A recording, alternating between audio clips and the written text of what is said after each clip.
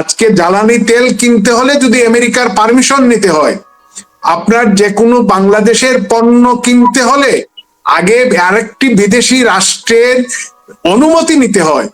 তাহলে আর আমাদের স্বাধীনতার সার্বভৌমত্বটা কোথায় আছে? আমাদের যে কৃষি পণ্য সেটাও যদি পরাশক্তিদের হাতে চলে যায়, আমাদের দেশ, আমাদের জাতি, আমাদের জাতির কল্যাণে, আমাদের জাতির যে পিছিয়ে পড়া যে জনগোষ্ঠী তাদেরকে সহায়তা করতে হলে পশ্চিমাদের যদি পরামর্শ অনুমতি নিতে হয়, তাহলে এই দেশটা আমরা কি সামনের দিকে এগিয়ে যাচ্ছি, না আমরা ঔপনিবেশিক যে সেই শোষণ এবং আমাদেরকে যে তারা যেভাবে তাদের জমিদারি হিসেবে রেখেছিল আমরা আবার স্বেচ্ছায় সেই জায়গায় চলে গেলাম? এটা কি এই জাতির জন্য সম্মানের হবে, কল্যাণের হবে? আমাদের এই প্রশ্নগুলো আমাদেরকে অবশ্যই জানতে হবে, এই প্রশ্নগুলো আমাদের প্রত্যেককেই সামনে নিয়ে আসতে হবে। বিরোধিতার জন্য বিরোধিতা নয়, আজকে দেশের স্বার্থে কোনটা ভালো, কোনটা খারাপ, কোনটা যুক্তিসঙ্গত, এই বিষয়গুলো অবশ্যই আমাদেরকে বিবেচনায় নিতে হবে। এবং তরুণ প্রজন্মকে, আমাদের জেনজি যারা রয়েছে, যারা এই দেশকে আগামী দিনে সামনের দিকে এগিয়ে নিবে, আমি বারে বারে এই কথাটা বলি, আপনাদেরকে অবশ্যই এগিয়ে আসতে হবে, মুখ খুলতে হবে। আমরা অতীতে বিভিন্ন সময় বিভিন্ন বিভ্রান্তিতে পড়েছি, আজকে তো আমরা সবাই দেখতে পাচ্ছি যে আওয়ামী লীগের বিরোধিতা করে এই দেশটাকে আমরা কোথায় নিয়ে গিয়েছি। যে কোটা আন্দোলনের কথা বলে রাস্তায় আমাদের তরুণদেরকে, ছাত্র বন্ধুদেরকে নামানো হয়েছিল, এরাই কিন্তু মৃতের সংখ্যা, এদেশের সাধারণ ছাত্রছাত্রীর আবেগকে তারা উস্কে দেওয়ার জন্য এই যে স্নাইপার রাইফেল দিয়ে যারা লাশের সংখ্যা বাড়িয়েছিল, এই লাশগুলো পোস্টমর্টেম ছাড়াই আবার তাদেরকে দাফন করা হয়েছে। আজকে আইন শৃঙ্খলা পরিকল্পিতভাবে ধ্বংস করা হয়েছে পুলিশকে নিষ্ক্রিয় করে দিয়ে। যেভাবে ৭১-এ পাকিস্তানি বাহিনী প্রথমেই রাজারবাগে আক্রমণ করেছিল ইপিআর আমাদের পুলিশের উপর, যাতে আইন শৃঙ্খলা, সামাজিক যে ভারসাম্য সেটা যেন নষ্ট হয়ে যায়।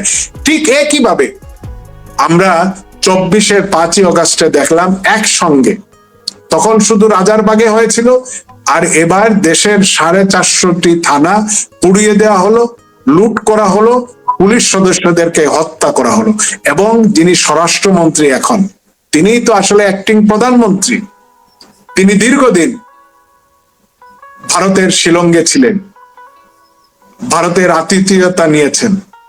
আমরা আতিথেয়তা নিলে সেটা অনেক ধরনের আলোচনা সমালোচনা হয়, আমাদের জন্য যেটা হারাম উনাদের জন্য সেটা আরাম।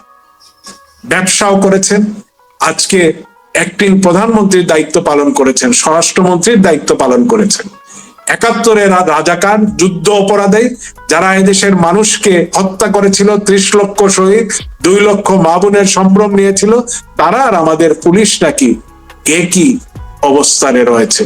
তো এভাবে তো পুলিশের মনোবল বাড়ানো যাবে না, পুলিশ হত্যাকারীদের বিচার চাওয়া যাবে না, তাদের পরিবার, তাদের সন্তানরা, তাদের পিতার, তাদের স্বামীর বিচার চাইতে পারবেন না।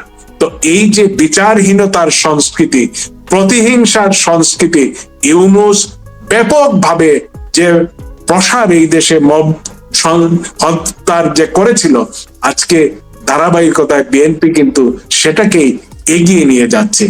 দেখুন, আজকে পুলিশের বিরুদ্ধে পুলিশকে হত্যা করা হলো, যে সেনাবাহিনী, আপনি আওয়ামী লীগের মতো দল, বিএনপির মতো দল, আমরা সেনাবাহিনীর বিরুদ্ধে বা সেনাবাহিনীর কতিপয় সদস্য যদি কোনো অন্যায় করে থাকেন, অন্যায় তো তারা করেছেন। বঙ্গবন্ধুকে কারা হত্যা করেছে? বঙ্গবন্ধুকে পাকিস্তানিরা হত্যা করে নাই, বঙ্গবন্ধুকে রাজাকাররা হত্যা করে নাই, বঙ্গবন্ধুকে হত্যা করেছে এই সেনাবাহিনীর কিছু কুলাঙ্গার সদস্য। জিয়াউর রহমানকে কারা হত্যা করেছে? জিয়াউর রহমানকেও পাকিস্তানিরা হত্যা করেনি, জিয়াউর রহমানকে কোনো রাজনৈতিক সংগঠনের কোনো দুর্বৃত্তরা হত্যা করেনি, এই সেনাবাহিনীর সদস্যরাই হত্যা করেছে।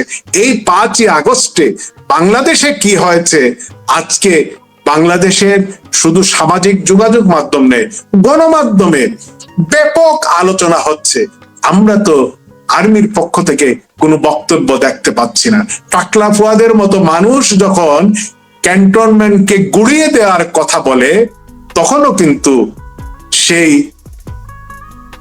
তাদের বাহিনীর প্রধান বলেন এরা বুঝতে পারে নাই, এরা নতুন। হ্যাঁ, তো এভাবে যদি আমাদের প্রতিটি প্রতিষ্ঠানকে ধ্বংস করে দেয়া হয়, নষ্ট করে দেয়া হয়, তার মানে কি দেশটা কোন দিকে যাচ্ছে? আজকে বিচার বিভাগ কোন জায়গায় আছে?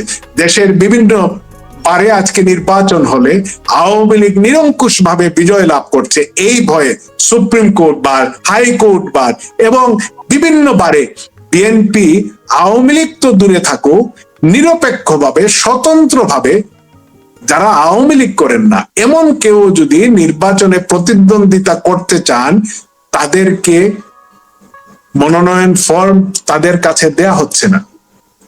এটাই কি গণতন্ত্র?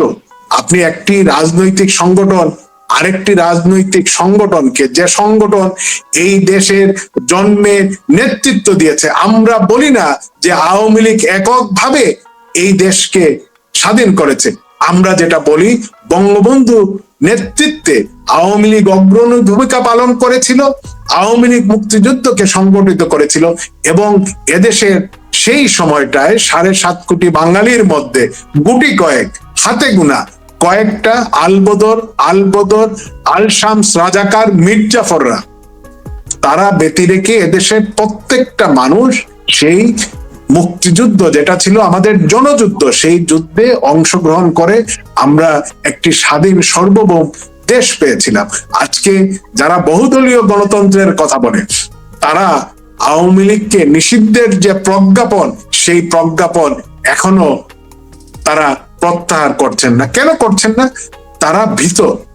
তারা জানেন তারা এদেশের মানুষের যে চাহিদা, এদেশের মানুষের জীবনযাত্রা, এদেশের মানুষের প্রতিটি ক্ষেত্রে যে জায়গায় আওয়ামী লীগ পৌঁছে দিয়েছে, তারা সেটা অ্যাচিভ করতে পারবেন না। তাদের সেই মেধা নেই, তাদের সেই দূরদর্শিতা নেই। এবং এই কারণেই তো বাংলাদেশ যেখানে মধ্যম আয়ের দেশে নিজেদেরকে নিয়ে যাচ্ছিল, আজকে আপনি আবেদন করে অবদমন করে, মানুষ আবেদন করে চেষ্টা করে উপরে যাওয়ার জন্য, আর আপনি আবেদন করেছেন যে আমাকে এত যোগ্যতা নেই, আমাকে আরো নিচে নামিয়ে দাও। এই বাটপার ইউনূস বলেছিল না যে আমাদের কাছে সবাই আসবে, আমরা কারোর কাছে যাব না। আজকে বাংলাদেশের যে তরুণরা, যে ছাত্ররা পড়াশোনার জন্য বাইরে যেতে চাচ্ছে, একের পর এক বিশ্ববিদ্যালয়, ইনস্টিটিউট, দেশ বাংলাদেশের ছাত্রদেরকে ভিসা দেওয়া বন্ধ করে দিচ্ছে। একটা মিথ্যা প্রচার, প্রপাগান্ডা চালিয়ে কতিপয় দুর্বৃত্তরা, জঙ্গিরা এই দেশটাকে ধ্বংস করে দিয়েছে। আজকে এই অবস্থা থেকে পরিত্রাণের জন্য আওয়ামী লীগের কোনো বিকল্প নেই। আপনি শুরু করেছেন জ্বালানির যে সংকট, এবং এই যে জ্বালানি নিয়ে যে তুগলকি কাণ্ড আমরা বিএনপি সরকার করতে দেখলাম, রুমিন ফারহানা যিনি একজন রাজনীতিবিদ, তিনি বিএনপি করতেন, আমরা বিএনপির সেই 16-17 বছরে আমরা দেখেছি তিনি রাজপথে ছিলেন, বিএনপির পক্ষে কথা বলেছেন। তাকে নির্বাচনে মনোনয়ন দেওয়া হয়নি, স্বতন্ত্রভাবে নির্বাচন করে এসেছেন। তিনি একজন মহিলা। আমাদের দেশের যে কয়েকজন ভাষা সৈনিককে আমরা শ্রদ্ধার সঙ্গে স্মরণ করি, ভাষা সৈনিকের একজন সন্তান, তিনি গর্বিত সন্তান। তার রাজনৈতিক মতপথের সঙ্গে আমাদের মত পার্থক্য থাকতেই পারে, কিন্তু একজন সংসদ সদস্য, মহান জাতীয়, এই আরেকটা হারামি লোক ফারুকি আমাদের টেলিভিশনে ভাষার যে বিকৃত করেছে, বিভিন্ন স্ল্যাং কথাবার্তা, বিভিন্ন ডায়লগ সে তার নাটকগুলোর মধ্যে ঢুকিয়েছিল। আজকে তার এই অপসংস্কৃতি বা তার এই বিষয়গুলো ব্যাপকভাবে তরুণদের মধ্যে বিভিন্ন জায়গায় ছড়িয়ে দিচ্ছে। আসলে এই যে আমি বললাম না, পুলিশের মনোবল ভেঙে ফেলা হয়েছে, পুলিশকে ধ্বংস করা হয়েছে, কারণ পুলিশের উপর তাদের রাগ ক্ষোভটা হলো পুলিশ জনগণের পক্ষে থাকে, পুলিশের অনেক ভুল ভ্রান্তি, পুলিশের অনেক দোষ আছে। কিন্তু এটাও তো আমরা দেখেছি, আমরা কি দেখি নাই করোনার সময় মা বাবাকে, বৃদ্ধ মা বাবা করোনা হয়েছে, সন্তানরা ফেলে গিয়েছে, গোয়াল ঘরে রেখে গিয়েছে, খাবার দিচ্ছে না, চিকিৎসা দিচ্ছে না, তারা মারা গেছেন, তাদেরকে দাফন কাফন তারা করে নাই, এই পুলিশ সদস্যরা করে নাই? করেছে। সবাই তো আর খারাপ না, তাদের ভালো গুণ আছে, তারা খারাপ যে করে না এমনটা কেউ বলবে না। কিন্তু এই দেশের আইন শৃঙ্খলা আজ 2024-এর 5ই আগস্টের আগে যে জায়গায় ছিল, ব্যবসায়ীরা, মহিলারা নিরাপদে রাস্তায় ঘুরে বেরিয়েছেন, চুরি ছিনতাই, এই যে মানুষের এত নিরাপত্তাহীনতা ছিল না, এই বিষয়গুলো তো তারা নিশ্চিত করেছিল।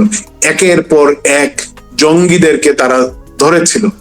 এই জঙ্গিরা, এই হিজবুত তাহরির, এই নব্য রাজাকার, এরা মিলেই তো এই আন্দোলনে এই সহিংসতা, এই যে স্নাইপার রাইফেল, আজকে শত শত যে স্নাইপার রাইফেলের ব্যবহার হয়েছে, এগুলো তো সাধারণ মানুষ, সাধারণ অপরাধীরা ব্যবহার করার কথা নয়। বিহারীদেরকে দিয়ে গণভবন লুট করিয়েছেন, বিহারীদেরকে দিয়ে অনেক অপকর্ম করিয়েছেন, মিরপুর এবং মোহাম্মদপুরের বিভিন্ন ছিনতাইকারী, সমাজ বিরোধী, তাদেরকে সেই আন্দোলনে ব্যবহার করা হয়েছে। কিন্তু তারা তো স্নাইপার রাইফেল ব্যবহার করতে পারে না, সেই সামরিক প্রশিক্ষণ তো তাদের নেই। পুলিশ 7.62 গুলি ব্যবহার করে, কিন্তু স্নাইপার রাইফেলে যে গুলিগুলো ব্যবহার হয়েছে এগুলো তো পুলিশ ব্যবহার করে না। পুলিশের কাছে যে গুলি থাকে, সররা গুলি থাকে, প্লাস্টিক রাবার বুলেট থাকে, পুলিশের কাছে তো এই মরণ, মানুষকে হত্যা করার জন্য যে আগ্নেয়াস্ত্র, সেগুলো তো পুলিশ ব্যবহার করে থাকে না। তো এগুলো কারা ব্যবহার করলো এই 20 মাসে? সেগুলোর কোনো তদন্ত হয়েছে? স্বরাষ্ট্রমন্ত্রী যিনি ছিলেন সাখাওয়াত সাহেব, তিনি তো একাধিকবার বলেছেন, এই বন্ড প্রতারক আসিফ নজরুল, সেও তো বলেছে, তাকে সামরিক অফিসাররা অবহিত করেছেন যে আপনি স্নাইপার রাইফেল, জুনের যেটা সাখাওয়াত সাহেবকে বলেছিল বা ফারুকিকে বলেছে, প্রাণহানি ঘটতে পারে। অর্থাৎ জানতো।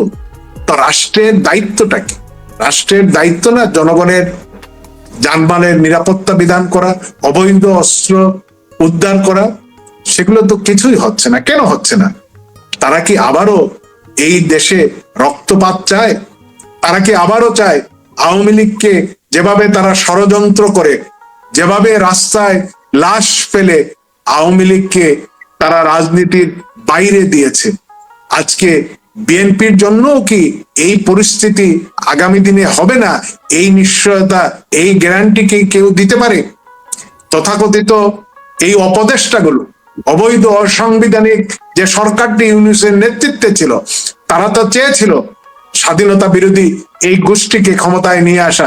তারা তো চেয়েছিল যেন নির্বাচন না হয়, দীর্ঘদিন তারা ক্ষমতায় যেন থাকতে পারে। আমরা তো দেখেছি সেই সময়টা কিভাবে এই সাম্প্রদায়িক উস্কানি থেকে শুরু করে এই দেশকে পিছনের দিকে টেনে নিয়ে যাওয়া, ভবিষ্যৎকে অন্ধকার করার যে কাজগুলো, সেগুলো তো তারা অত্যন্ত সুচারুরূপেই তারা করে যাচ্ছিল। এবং তাদের আজকে আফসোস, তারা আরো বেশি দিন ক্ষমতায় থাকতে পারলো না। তারা হয়তো থাকলে যে তলানির দিকে নিয়ে যাচ্ছিল, শেষ পর্যন্ত তারা সেই জায়গাটায় নিয়ে যেত। আজকে এই বাংলাদেশকে, এই বাংলাদেশের সাধারণ মানুষ, কৃষক, শ্রমিক, গার্মেন্টস কর্মী, ছাত্র জনতা, প্রত্যেকটা শ্রেণী পেশার মানুষ আজকে বুঝতে পেরেছে। আজকে শিক্ষকদের যে অবসরকালীন তাদেরকে ভাতা দেওয়া হয়, তাদের পেনশনের যে টাকা, ইউনূস সেই টাকা লোপাট করে দিয়েছে। 41,000 কোটি টাকা স্বাস্থ্য খাতের জন্য ছিল, সেই অর্থ কোথায় গেল? নূরজাহান বেগমের টিনের ঘর 3 তলা হয়েছে, আমাদের আপত্তি নেই, ত্রিশ ভাই, নাদাল ভাই, কত টাকা লুটপাট হয়েছে বলে আপনার মনে হয়? খুব ছোট করে একটু জবাব দিন। আমি একটা হিসেব করেছি, আমার যদি খুব ভুল না হয়, কারণ সব তথ্য তো আমাদের কাছে নেই।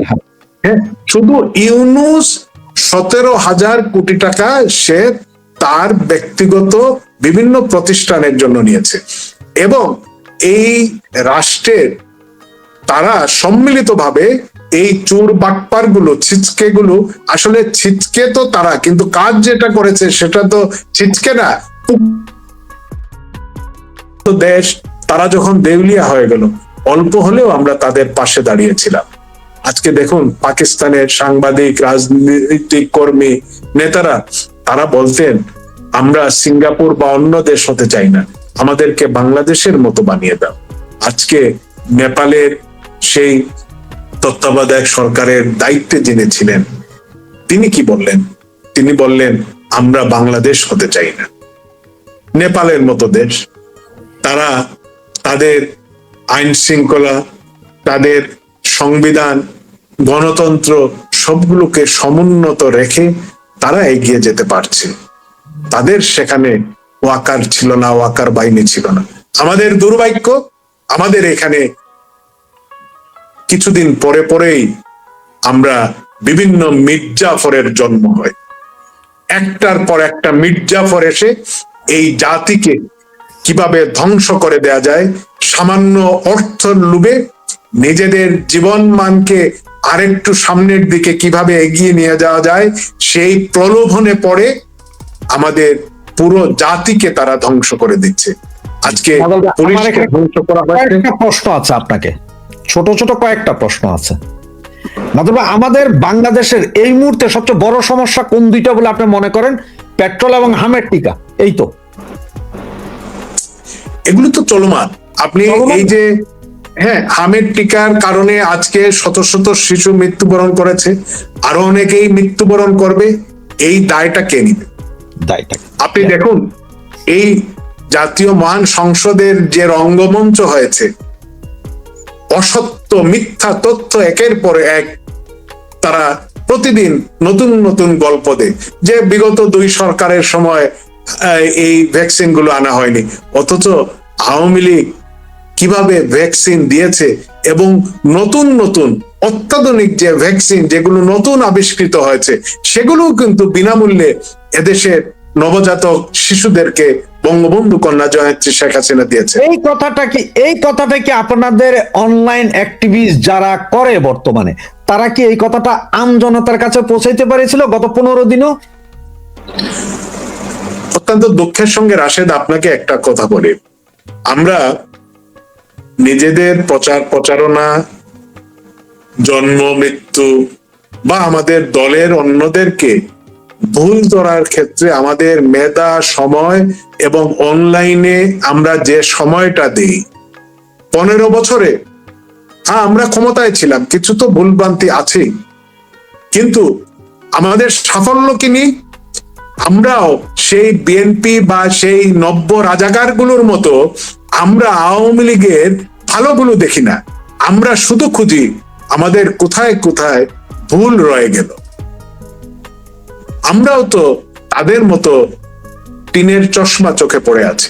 কিভাবে আমি আমার আরেকজন সহকর্মী, আমাদের সহযোদ্ধাকে কিভাবে সমালোচনা করা যায়, ব্যঙ্গ করা যায়, এই কাজটাতে আমরা যতটা পটু, আমরা ইতিবাচক ভাবে আমাদের দলগুলোকে, দলের যে সাফল্য, সরকারের যে সাফল্য, সেগুলো আমরা তুলে ধরতে ততটাই ব্যর্থ এবং অমনোযোগী। নাদাল ভাই, আপনি কি জানেন যে আওয়ামী লীগ সরকারের সময় যখন 2 থেকে 5 টাকা তেলের দাম বাড়তো, ব্যাপক চিল্লাচিল্লি হইতো? আপনারা গত 1 সপ্তাহ ধরে তেলের কাহিনী কোথায় দেখলেন? পত্রিকাতে এবং ফেসবুকে সবচেয়ে বেশি তো। এখন আমি আপনাকে একটা হিসাব দিই, আপনি যদি চান আপনি এটা লিখেও রাখতে পারেন ভবিষ্যতের জন্য। আমাদের বিভিন্ন চ্যানেল, মানে যুগান্তর থেকে নিউজ করে বিভিন্ন থাকছে 55,000 মেট্রিক টন, 55,000 মেট্রিক টন তেলের মজুদ আছে বাংলাদেশে। উপচে পড়ছে তেল, কিন্তু সরকার নিতেছে না, সরকার কিনছে না, বেসরকারি খাতে এই তেলটা আছে। এখন যখন দাম বাড়ালো, সরকারি হিসাব যেটা সরকার আপনার আমাদেরকে যে হিসাবটা দিয়েছে, আপনি যেটা প্রথমে দেখালাম, সেই হিসাব অনুযায়ী সরকার তেলের দাম ডিজেলে 7 টাকা, অকটেনে 13 টাকা, পেট্রোলে 13.71 পয়সা বাড়িয়েছে। ডিজেল, শুধুমাত্র ডিজেল আছে আমাদের কাছে 1,93,000 লিটার, অকটেনের মজুদ আছে 4,59,00,000, পেট্রোলের মজুদ আছে 2,52,00,000 লিটার। আমাদের তো বলা হচ্ছে 55 লাখ মেট্রিক টন। বাঙালি সব বুঝে না 55 লাখে কত মেট্রিক টন বা কত লিটার। এবং এইটার যদি আপনি হিসাব করেন, দেখেন ডিজেলে 137 কোটি টাকা, অকটেনে 60 কোটি এবং পেট্রোলে 33 কোটি টাকা, মানে গত 24 ঘন্টায় এই টাকা হওয়া 231 কোটি টাকা। দাম বাড়ানোর পরে বলছি আমি, আগের যে রেট এবং বর্তমান যে রেট, এই গ্যাপ 233 কোটি টাকা হওয়া হয়ে গেল কিন্তু 24 ঘন্টায়। এই টাকা সরকার খাইলো, এই টাকা আপনার পদ্মা মেঘনা যমুনা খাইলো, এই টাকা সবাই মিলা খাইলো। এই কথাটা লেখার মতন সময় আপনার আমাদের অনলাইন অ্যাক্টিভিস্টদের নেই, তারা এই হিসাবটা দিতে পারতেছে না।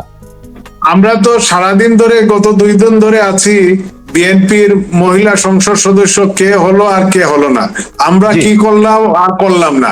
তো আমাদের সব তো খোঁজাখুঁজি অনলাইন অ্যাক্টিভিস্ট যারা আছেন বা সামাজিক অ্যাক্টিভিস্ট বলতে আমি এটাই বোঝাচ্ছি, আমরা সামাজিক যোগাযোগ মাধ্যমে আমরা এই সমস্ত বিষয় নিয়েই কথা বলতে স্বাচ্ছন্দ্য বোধ করি। তো আমাদের তো উচিত এই তথ্যগুলো, আজকে যেহেতু মূল মেইন স্ট্রিম গণমাধ্যমে, ইলেকট্রনিক বা প্রিন্ট মিডিয়ায় এই বিষয়গুলো সেভাবে মনোযোগ দিচ্ছে না, গুরুত্ব দিচ্ছে না, আমাদেরকে সামাজিক যোগাযোগ মাধ্যমে এইগুলা তুলে ধরা।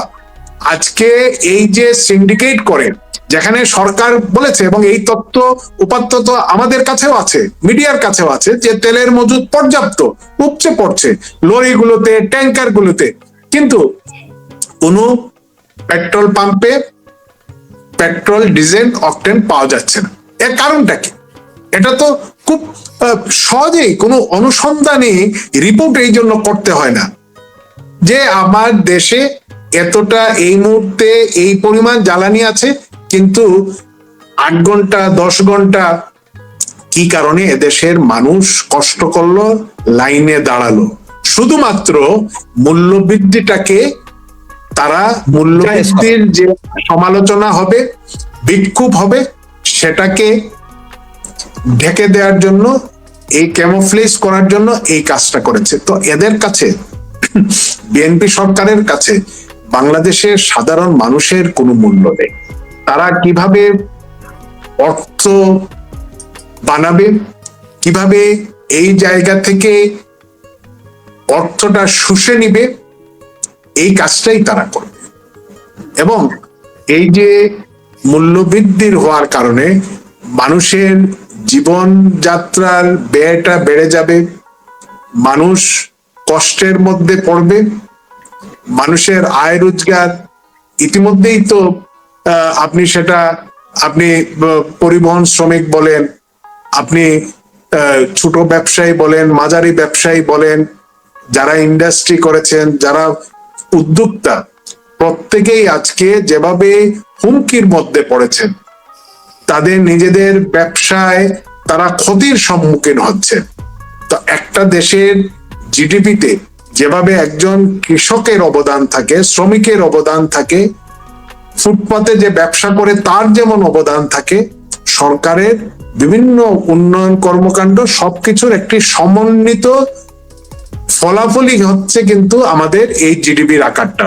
তো এই জায়গায় আপনি এত মানুষকে হুমকির মধ্যে ফেলে দিয়ে তাদের যে অর্থনৈতিক কর্মকাণ্ড সেগুলোকে ব্যাহত করে কিভাবে এদেশের অর্থনীতিকে এগিয়ে নিয়ে যাবেন, এই প্রশ্নগুলো আজকে অবশ্যই আমাদেরকে তুলতে হবে। এই প্রশ্নগুলো জবাব আমাদেরকে খুঁজতে হবে। আমরা রাজনীতি কার জন্য করব? এদেশের মানুষের জন্য। আমরা মানুষের জন্য যদি কথা বলতে না পারি, মানুষের স্বার্থে, আজকে দেখুন এই যে তথাকথিত আমাদের বিভিন্ন নিরপেক্ষতার ধরন, হ্যাঁ, এটা ইলেকট্রনিক আর প্রিন্ট মিডিয়াই বলেন। তা আমাদের প্রত্যেকেই কিন্তু আমাদের সময় হয়েছে অনেকেই দলদাস হয়ে যায়। এই যে দলদাস, মানে আপনাকে সবাইকে রাজনীতি কেন করতে হবে, সবাইকে কেন একটি পক্ষে আপনাকে যেতে হবে? সাংবাদিকতা তো পেশাগতভাবে সাংবাদিকতার যে দায়িত্ব, সেই দায়িত্বটা পালন করতে না পারলে আপনি চর দখলের মতো এই যে ইলেকট্রনিক প্রিন্ট মিডিয়া গুলো দখল হয়ে যাচ্ছে, বিভিন্ন ব্যাংকগুলো দখল হয়ে গিয়েছে, এই যে দখলের বা মব সন্ত্রাস যেটা বিএনপি আজকে অব্যাহত রেখেছে ইউনূসের সময় শুরু হওয়া, এভাবে একটা দেশ তো কোনোভাবেই স্বাভাবিক গতিতে এগিয়ে যেতে পারে না। এবং এই কারণেই আওয়ামী লীগের কাছে মানুষ আজকে অত্যন্ত আওয়ামী লীগের আবেদন বা আওয়ামী লীগের প্রয়োজনীয়তা এদেশের সাধারণ মানুষ অনুভব করছে। পাকিস্তান আমলেও যেভাবে এদেশের মানুষের সমর্থন নিয়েই আওয়ামী লীগ এগিয়ে গিয়েছে, পরবর্তীতে আওয়ামী লীগ আবারও সাধারণ মানুষের সমর্থন ম্যান্ডেট নিয়েই এগিয়ে গিয়েছে। বিগত 15 বছর যেভাবে এদেশের মানুষের জন্য যে রাষ্ট্র একটি জনকল্যাণমুখী রাষ্ট্র হওয়ার জন্য যে সমস্ত পরিকল্পনা করা প্রয়োজন, যে কাজগুলো করা প্রয়োজন, সেগুলো প্রত্যেকটাই করেছে। এবং আজকে মানুষ নিরাপত্তাহীনতায় আছে, তার সম্পদের, তার জানের, তার সম্মানের। এই কারণেই আজকে মানুষ মনে করে এদেশের জন্য আওয়ামী লীগ একমাত্র নিরাপদ রাজনৈতিক সংগঠন। আওয়ামী লীগ এদেশের মানুষের ম্যান্ডেট নিয়েই আবারও ক্ষমতায় আসবে এবং বাংলাদেশকে তার সঠিক ধারায় ফিরিয়ে আনবে। আওয়ামী লীগের এটাই হচ্ছে মূল শক্তি। এদেশের মানুষের জন্য আওয়ামী লীগ রাজনীতি করে এবং এদেশের সাধারণ মানুষ আওয়ামী লীগকে তাদের ত্রাতা হিসাবে বা এই দেশের স্বাধীনতার সার্বভৌমত্বের একমাত্র রক্ষা কবচ বলে মনে করে। আওয়ামী লীগ ক্ষমতার বাইরে গিয়েছে। বঙ্গবন্ধু কন্যা জয়ত্রী শেখ হাসিনা বারে বারেই বলেছেন, সেটা 2000 থেকেই বলেছেন, যে পরাশক্তি গুলো চায় না আমি ক্ষমতায় থাকি, আওয়ামী লীগ ক্ষমতায় থাকুক, কারণ তাদের যে ভূ রাজনীতি বা অন্যান্য যে স্বার্থ সিদ্ধির জন্য যে বিষয়গুলো তাদের চাহিদা, সেই চাহিদা আওয়ামী লীগের পক্ষে মেটানো সম্ভব নয়। এবং আওয়ামী লীগ 2000-এও ক্ষমতার বাইরে গিয়েছে সেই নির্বাচনে এই পরাশক্তির চাহিদা না মিটানোর কারণে। 2024-এও আওয়ামী লীগ ক্ষমতার বাইরে গিয়েছে। আজকে দেখুন আওয়ামী লীগ বা বঙ্গবন্ধু কন্যা যা যা বলে গিয়েছেন প্রত্যেকটাই কিন্তু আজকে বাংলাদেশে আমরা প্রত্যেকেই অনুধাবন করছি, আমরা দেখতে পাচ্ছি। এই বঙ্গবন্ধু কন্যা বাংলাদেশের মানুষের জীবনযাত্রা, তার প্রত্যাশাটাকে এমন একটা জায়গায় নিয়ে গিয়েছেন, আজকে বিএনপি ক্ষমতায় এসে জনগণের সেই প্রত্যাশা কোনোভাবেই পূরণ করতে পারবে না। Morning shows the day. এই অল্প দিনেই কিন্তু বাংলাদেশের মানুষ সেটা বুঝতে পেরেছে। এই সরকার দুর্বল, এই সরকার কোনোভাবেই তাদের মেয়াদ শেষ করতে পারবে না। এটা আজকে সাধারণ মানুষের মুখে মুখে, আমরা তো বলছি না, আমরা তো সভা সমাবেশ করতে পারছি না, কিন্তু তারপরেও আজকে এদেশের মানুষের যে প্রত্যাশা, মানুষ মনে করে যে এই প্রত্যাশা এই সরকারের কাছ থেকে তারা পাবে না। এই কারণেই তাদের মধ্যে এই ধারণা বলমুগ্ধ হয়েছে। এই যে আজকে মানুষের আয় রোজগার কমে গিয়েছে, দ্রব্যমূল্যের ঊর্ধ্বগতি, আইন শৃঙ্খলা নেই, এগুলো তো কোনোভাবেই তারা মানুষের সেই চাহিদার সঙ্গে তারা তাল মিলাতে পারছে না। এবং এই কারণেই আওয়ামী লীগের প্রতি মানুষের নস্টালজিয়াটা কিন্তু বা আবেগ বা প্রত্যাশাটা আরো বেশি করে বেড়ে যাচ্ছে, এবং এই বেড়ে যাচ্ছে বলেই কিন্তু এই আওয়ামী লীগকে রাজনীতির বাইরে রাখার ষড়যন্ত্রটা তারা করে যাচ্ছে, যে তারা জানে আওয়ামী লীগকে রাজনৈতিক ভাবে তারা মোকাবেলা করতে পারবে না। আমার যে প্রশ্নটা ছিল সেটা হচ্ছে যে আসলে এই যে এখন যারা অনলাইন অ্যাক্টিভিজম করতেছে বা আমরা যারা এই আওয়ামী লীগের পক্ষে যারা আছে লিখছে, তারা কি এই কাহিনীগুলোই কি বেশি বেশি প্রচার করা উচিত, নাকি এখন আমরা যে বিএনপি থেকে কাকে নমিনেশন দিল আর কাকে দিল না ওইটা নিয়ে কথা বলা উচিত, কোনটা ভাইজান? ভাই রাশেদ, আমি তো আসলে বলার চেষ্টা করেছি, এখন আমাদের সবার এই বিবেচনা বোধটা নিজেদের মধ্য থেকে এই তাগিদটা থাকতে হবে। আজকে প্রতিদিন প্রতিনিয়ত বিএনপি সরকার এদেশের স্বার্থ বিরোধী বিভিন্ন কর্মকাণ্ড তুলে একটার পর একটা করে যাচ্ছে। মিথ্যার বেসাতি, মিথ্যায় যাদের জন্ম, মিথ্যায় যাদের প্রসার, মিথ্যায় যাদের মূল ভিত্তি, তারা একটার পর একটা মিথ্যা কথা বলে যাচ্ছে। ভাসানী সাহেব কবর থেকে এসে জিয়াউর রহমানকে ধানের শীষ তুলে দিয়ে গেলেন। আব্দুস সামাদ আজাদ আওয়ামী লীগের পররাষ্ট্রমন্ত্রী ছিলেন, বর্ষিয়ার জননেতা, মুক্তিযুদ্ধের সময় তার বিশাল ভূমিকা ছিল। তিনি মৃত্যুবরণ করেছেন 2005 সালে। মেজর হাফিজ সাহেব স্পিকার, আমরা তো জানি, আমরা বলতে চাই, বিশ্বাস করতে চাই তিনি একজন সজ্জন মানুষ, কিন্তু তিনি বিএনপি সরকারের পানি সম্পদ মন্ত্রীও ছিলেন। টিপাই মুখ বাটটি মণিপুরে ভারতের করার কথা ছিল, আওয়ামী লীগের বিরোধিতার কারণে এবং মণিপুরের স্থানীয় পরিবেশবাদীদের আন্দোলনের বুকে সেই বাটটি হয়নি। মহান জাতীয় সংসদের স্পিকারের মতো মানুষ, তিনি বলছেন যে টিপাই মুখ বাটটা সামাদ সাহেবের কারণে হয়েছে। তো এই যে তারা এই জাতির সামনে একটার পর একটা মিথ্যা তথ্য, ইতিহাস বিকৃতি করে যাচ্ছেন, আমাদের তো উচিত সেই সমস্ত বিষয়কে সত্য, যেটা যুক্তিসঙ্গত ভাবে আমাদের যার যতটুকু সমর্থ, আমরা আমাদের যে যতটুকু সম্ভব এই বিষয়গুলো তুলে ধরা। আমার হয়তো 500 জন মানুষ দেখবে, 1000 জন মানুষ দেখবে, অসুবিধা নেই, 100 জন দেখবে, হ্যাঁ। তো আমার মতো যদি আমরা 10,000 মানুষ এগুলো প্রচার করি, তাহলে কতজন জানবে? আজকে জামাত তাদের বট বাহিনী অর্থ দিয়ে বসিয়ে তারা যে কাজগুলো করে, তো তাদের তো মোটামুটি তাদের যেটা লক্ষ্য ছিল তারা করে ফেলেছে। এখন কিন্তু তাদের সেই দোকানগুলো বন্ধ করে ফেলেছে। আমরা 5 আগস্টের পরবর্তী সময়ে আমরা কিন্তু ব্যাপকভাবে অনলাইনে আমাদের অ্যাক্টিভিটি বেড়ে গিয়েছিল, কিন্তু এখন আবার আমাদের এই মুহূর্তে সেই অ্যাক্টিভিটি গুলো অনেকটাই কমে এসেছে। এখন নাদল ভাই আমরা আছে, আপনাকে একটা প্রমাণ দেই, আছে আজকে সকাল থেকে যা যা ঘটেছে আপনাকে একটু বলি।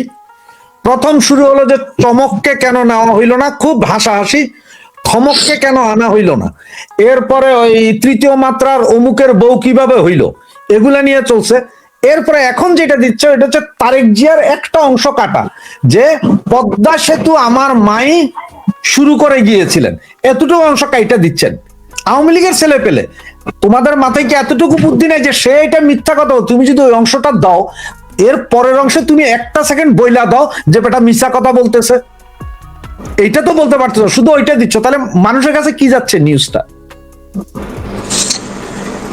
এটা বুঝলে আমাদের নাই। এই সমস্ত বিষয় আমাদের সীমাবদ্ধতা আছে। আমি আমাদের বিভিন্ন পর্যায়ের যারা নেতা কর্মীরা রয়েছেন, যারা সামাজিক যোগাযোগ মাধ্যমে নিজেরা কর্মকাণ্ড রয়েছে, আমি সকলের কাছে অনুরোধ করব, আমাদের তো মিথ্যা প্রচারণার দরকার নাই, কাউকে খোঁচানোর দরকার নাই। আমরা যেটা সত্য, যেটা স্বীকৃত, এই বিষয়গুলো আমরা তুলে ধরি। আমরা নিজেদেরকে না পচিয়ে আমরা আমাদের প্রতিপক্ষকে পচানোর জন্য আমাদের সময় মেধাটা আমরা ব্যয় করি। আমরা সেটা যদি না করি, সেটা আমাদের অক্ষমতা, আমাদের নির্বুদ্ধিতা।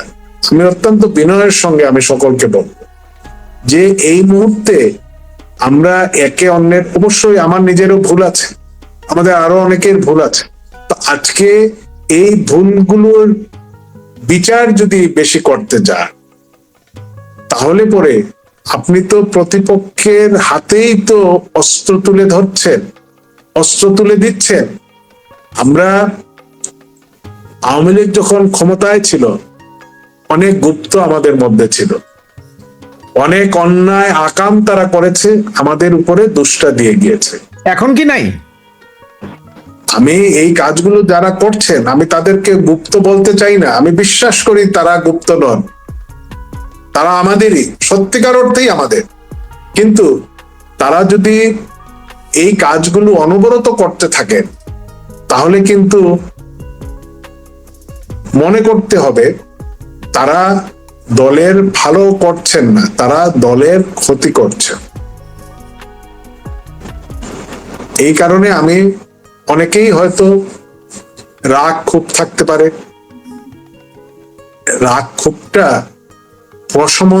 প্রশমনের জন্য আপনার আওয়ামী লীগের এত শত শত নেতাকর্মী মৃত্যুবরণ করলেন, 32 নাম্বার গড়িয়ে দিল, বঙ্গবন্ধু কন্যাকে এক কাপড়ে দেশের বাইরে যেতে হলো, আওয়ামী লীগের এতজন নেতাকর্মীকে আইসিটি যে যুদ্ধ অপরাধীর যে জন্য যে ট্রাইব্যুনাল, যে আইন, সেই আইনে বিচার হচ্ছে, সেনাবাহিনীর দক্ষ আমাদের অফিসারদের বিচার হচ্ছে, পুলিশের বিচার হচ্ছে, বিভিন্ন প্রগতিশীল গণতান্ত্রিক নেতাকর্মীর বিচার হচ্ছে, লক্ষ লক্ষ নেতাকর্মী কারাগারে ছিলেন, লক্ষ লক্ষ নেতাকর্মী বাড়িঘরে ফিরে যেতে পারেননি এখনো, আমাদের অসংখ্য হাজার হাজার ছাত্রলীগের নেতাকর্মীর সমর্থক, তাদের শিক্ষা জীবন শেষ হয়ে গিয়েছে।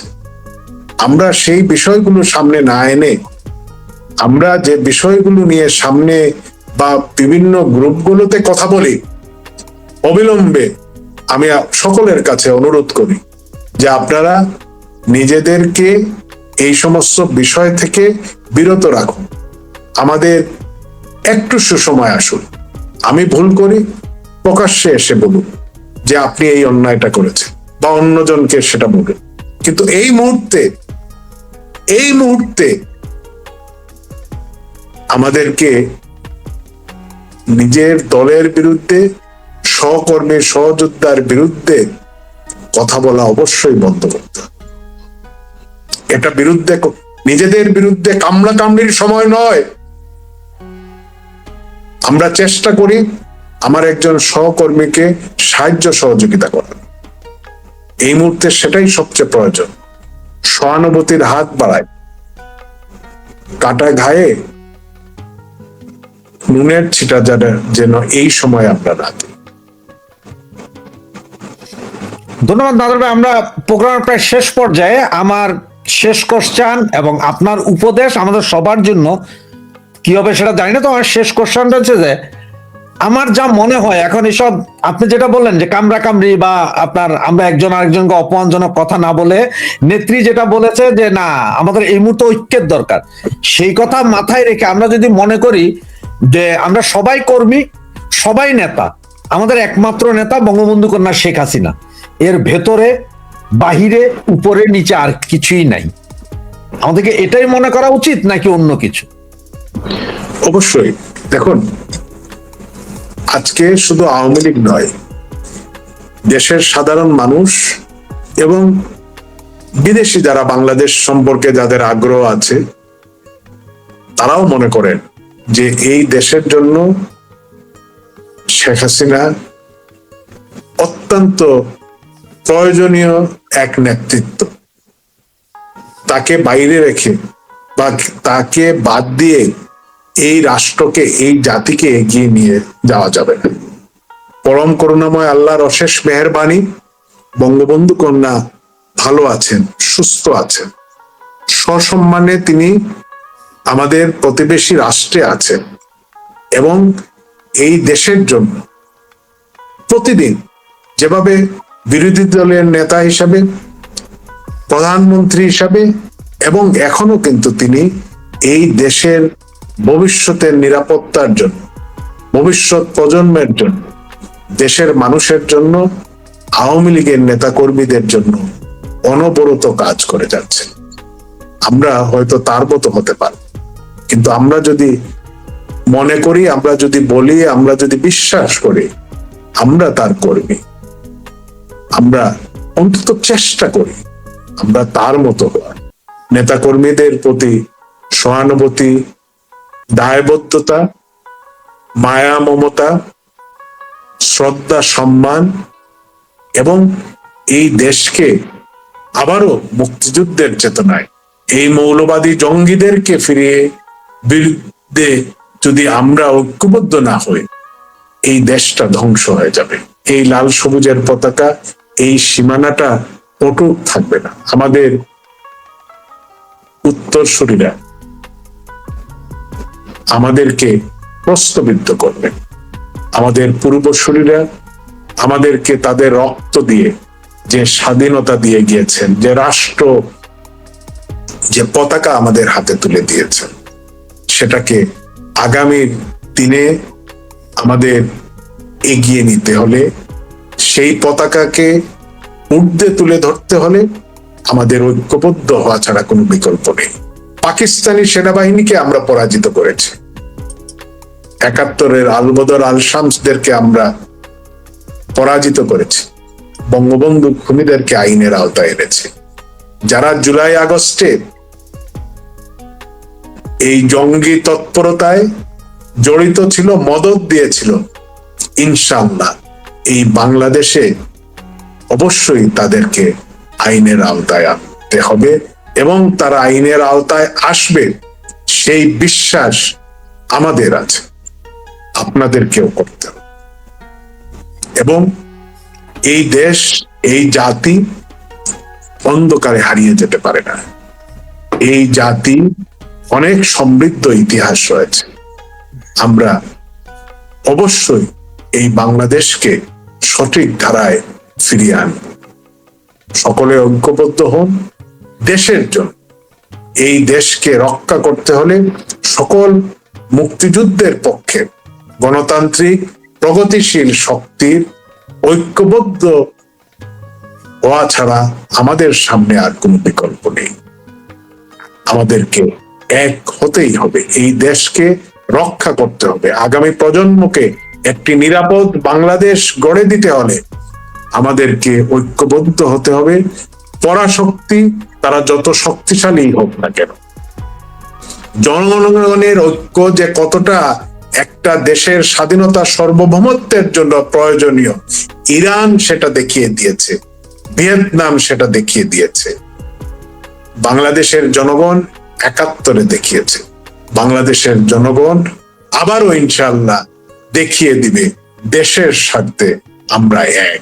কতিপয় জঙ্গি, আলবদর, আল শামস, রাজাকার, এনজিওর দালাল এবং পশ্চিমাদের সেই কতিপয় দালাল ছাড়া বাংলাদেশের মানুষ বাংলাদেশকে ভালোবাসে, লাল সবুজের পতাকাকে ভালোবাসে, এবং যদি ভালোবাসে তাহলে এই দেশটা অবশ্যই এই মৌলবাদী জঙ্গিদের হাত থেকে ইনশাআল্লাহ রক্ষা পাবে। জয় বাংলা, জয় বঙ্গবন্ধু। ধন্যবাদ সুপ্রিয় দর্শক শ্রোতা মন্ডলী, ধন্যবাদ শফিল আলম নাদেল ভাই। আপনারা এতক্ষণ প্রায় ২৫,০০০ দর্শক আমাদের এই প্রোগ্রামটি দেখছিলেন।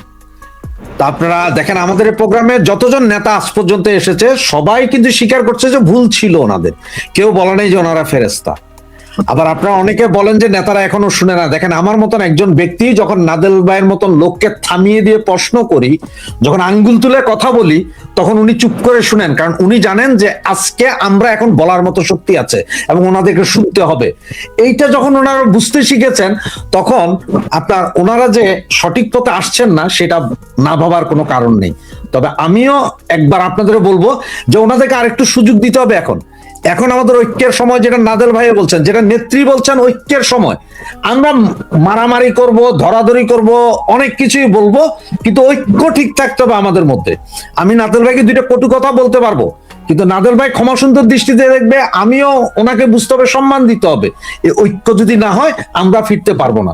সুতরাং ঐক্যের দরকার, যদি নেত্রীকে ফিরিয়ে আনতে হয় তাহলে আমাদের মধ্যে ঐক্যের দরকার। সেটাই নাদের ভাই বলেছেন, সেটা আমিও বলছি সবাইকে। নয়, কৃষি নয়, আপনার পণ্যের মূল্য বৃদ্ধি হওয়া বা স্বাভাবিক অবস্থায় থাকা, পণ্যের পরিবহন নিশ্চিত হওয়া, মানুষের কানেক্টিভিটি, এগুলো প্রত্যেকটা বিষয় কিন্তু এই জ্বালানির উপরে নির্ভর করে। বিশ্ববাজারে জ্বালানি তেলের অস্থিরতা হরমুজ প্রণালীকে কেন্দ্র করে রয়েছে, সেটা আমরা জানি। কিন্তু এই যে একটা অব্যবস্থাপনার কারণে একটা তগলুকি কাণ্ড আমরা সারা দেশে আমরা ঘটে যাচ্ছে বা ঘটছে, আমরা সেটা দেখতে পাচ্ছি যে আজকে আমাদের এই জ্বালানি সংকটের কারণে আমাদের পাওয়ার প্ল্যান্ট গুলো একে একে বন্ধ হয়ে যাচ্ছে। আজকে মানুষ আবার লন্ঠন বা জেনারেটর, যার যেরকম সামর্থ্য, বিকল্প উপায়ে তার বিদ্যুতের চাহিদা মেটাতে হচ্ছে। কিন্তু এই বিকল্প ব্যবস্থায় মানুষের দৈনন্দিন যে চাহিদা সেটা মেটানো সম্ভব নয়। পরিবহন খরচ বেড়ে গিয়েছে, ঘন্টার পর ঘন্টা 8 থেকে 10 ঘন্টা মানুষ অপেক্ষা করেছে যে বিভিন্ন পেট্রোল পাম্প থেকে জ্বালানি সংগ্রহ করতে গিয়ে। আজকে আমাদের সামনে যে কৃষি মৌসুম আসবে, আমরা যদি ডিজেলের সরবরাহ নিশ্চিত করতে না পারি, মূল্য যদি বৃদ্ধি পায়, সরবরাহ যদি আমরা নিশ্চিত করতে না পারি, আমাদের কৃষি উৎপাদনে অবশ্যই একটা বড় প্রভাব পড়বে। এবং এই যে বিএনপি সরকার, তারা যখন আগে 2007-এর আগে যে সরকারটা ছিলেন, তারা কিন্তু বলেছিলেন যে একসঙ্গে ঘরেও বিদ্যুৎ চাইবেন, আপনি বিপণী বিতানেও বিদ্যুৎ চাইবেন, সেটা সম্ভব হবে না। তো এই সমস্ত ক্ষেত্রে জনগণের বিরুদ্ধে যে ব্যবস্থাপনা বা বিরুদ্ধে যে অবস্থান, সেই জায়গায় বিএনপি আগেও যা ছিল এখনো তারা একই জায়গায় আছে। অর্থাৎ বিএনপি এই জায়গায় তারা ভদ্রলোক, তারা এক কথার মানুষ। যেটা বলে যে তারা মানুষকে বিদ্যুৎ দিতে পারবে না, তারা যখন ক্ষমতায় ছিল সারের দাবিতে কৃষককে গুলি করে হত্যা করেছে, মানুষ যখন বিদ্যুৎ চেয়েছে কানসাটে, সেখানে মানুষকে তারা গুলি করে হত্যা করেছে। এই কাজগুলো যে ধারাবাহিক ভাবে, আজকে হয়তো তারা গুলি করে মারছে না, কিন্তু সাধারণ জনগণের পকেট কাটছে। তারা যেখানে বলেছিল জ্বালানি তেলের সরবরাহ বা মজুদ সেটা পর্যাপ্ত রয়েছে, জ্বালানি তেলের মূল্য বৃদ্ধি করা হবে না, আজকে বিশ্ববাজারে ব্যারেল প্রতি যখন জ্বালানি তেলের মূল্য কমে যাচ্ছে, সেই জায়গায় বাংলাদেশে জ্বালানি তেলের লিটারে 15 থেকে 20 টাকা বৃদ্ধি করা হচ্ছে। এলপিজি সিলিন্ডারে 599 টাকা, অর্থাৎ প্রায় 600 টাকা বৃদ্ধি করা হয়েছে। খুচরা বাজারে সেটা আরো গ্রাহক বা যারা ক্রেতারা, তাদেরকে আরো বেশি মূল্য পরিশোধ করতে হচ্ছে। বিদ্যুৎ ইউনিটে 1.80 বাড়ানোর প্রস্তাব তারা করেছেন। লঞ্চ ভাড়া 42% বেড়ে যাচ্ছে, বাস ভাড়া প্রায় 65% বেড়ে যাচ্ছে। এই যে জ্বালানি তেলের মূল্য বৃদ্ধি করে তারা জনগণকে ভোগান্তিতে, এবং মানুষজন যেটা বলছে পর্যাপ্ত জ্বালানি ছিল, যারা জ্বালানি তেলগুলো সরবরাহ করেন তাদের লরিতে, তাদের ডিপোতে জ্বালানি তেল ছিল, কিন্তু এই মূল্য বৃদ্ধির যৌক্তিকতা বা মানুষের অসহায়ত্ব বা মানুষের দুর্ভোগকে পুঁজি করে তারা এই সুযোগে মূল্য বৃদ্ধি করলেন। এবং যারা এই মজুতদারির সুযোগটা দিয়েছেন তারা একটা সিন্ডিকেট করে। তো এই যে আজকে ক্ষমতায় আসার 2 মাসের মধ্যেই যদি আপনি এত অন্যায় এবং জনগণের বিরুদ্ধে আপনারা অবস্থান গ্রহণ করেন, এই যে শত শত কোটি টাকা এই 2 মাসে আপনারা ব্যাংক থেকে তুলে নিলেন, এই যে আজকে 50,000 1 লাখ টাকা ব্যাংকে গেলে পাওয়া যাচ্ছে না, 10 লাখ টাকার উপরে তুলতে হলে বাংলাদেশ ব্যাংকের অনুমতি নিতে হবে। তা আমরা বাংলাদেশকে তারা যে টেক ব্যাক বলেন, বা তিনি ফিউচারে যাওয়ার কথা না পাস্টে যাওয়ার কথা, সেটাও আসলে তাদের প্ল্যানে কি আছে আমরা জানি না। আমরা তো আসলে ফিউচারে যাওয়ার প্ল্যান দেখছি না, আমরা দেখছি ব্যাক টু দা আপনার পেছন দিকেই তারা টেক ব্যাক করেই বাংলাদেশকে নিয়ে যাচ্ছেন। তারা পাস্টের দিকেই যাচ্ছেন, তারা কিন্তু ফিউচারের তাদের কোনো প্রত্যয় নেই, এগিয়ে যাওয়ার সম্ভাবনা নেই এবং সেই আশাটাও কিন্তু জাগাতে পারছেন না। তো এইভাবে তো একটি দেশ চলতে পারে না। আজকে এই জ্বালানি সংকটের কারণে বাংলাদেশে প্রত্যেকটি পণ্যের মূল্য বৃদ্ধি পাবে, সাধারণ মানুষকে ভোগান্তির শিকার হবেন এবং মানুষের জীবনযাত্রার ব্যয়টা বেড়ে যাবে। এমনিতেই এই হারামি বিশ্ব বাটপার গাদ্দার মির্জাফর ইউনূস তার 18 মাসে দেশের প্রত্যেকটা সেক্টরকে ধ্বংস করে দিয়েছে। সেই ধ্বংসস্তূপ থেকে বের হয়ে আসার যে প্রত্যয় বা যোগ্যতা বা মিন করতে হবে যে আমরা দেশকে সামনের দিকে এগিয়ে নিয়ে যাব। তো এই যে মোল্লা মিলিটারিরা আজকে বাংলাদেশকে যে জায়গায় নিয়ে যেতে চাচ্ছে, এই বিএনপি সরকার কিন্তু সেদিকেই বাংলাদেশকে নিয়ে যেতে তারা অগ্রসর হচ্ছে এবং এই জাতির আগামী দিনে যে কতটা দুর্ভোগ পোহাতে হবে। এবং যেটা সর্বশেষে বলবো, এখনো বলবো যে আমাদের তরুণ যুবক বা আমাদের জেএনজি যারা আছেন, আগামী দিনে আপনারাই নেতৃত্ব দিবেন, আপনারাই এই দেশটাকে গড়ে তুলবেন।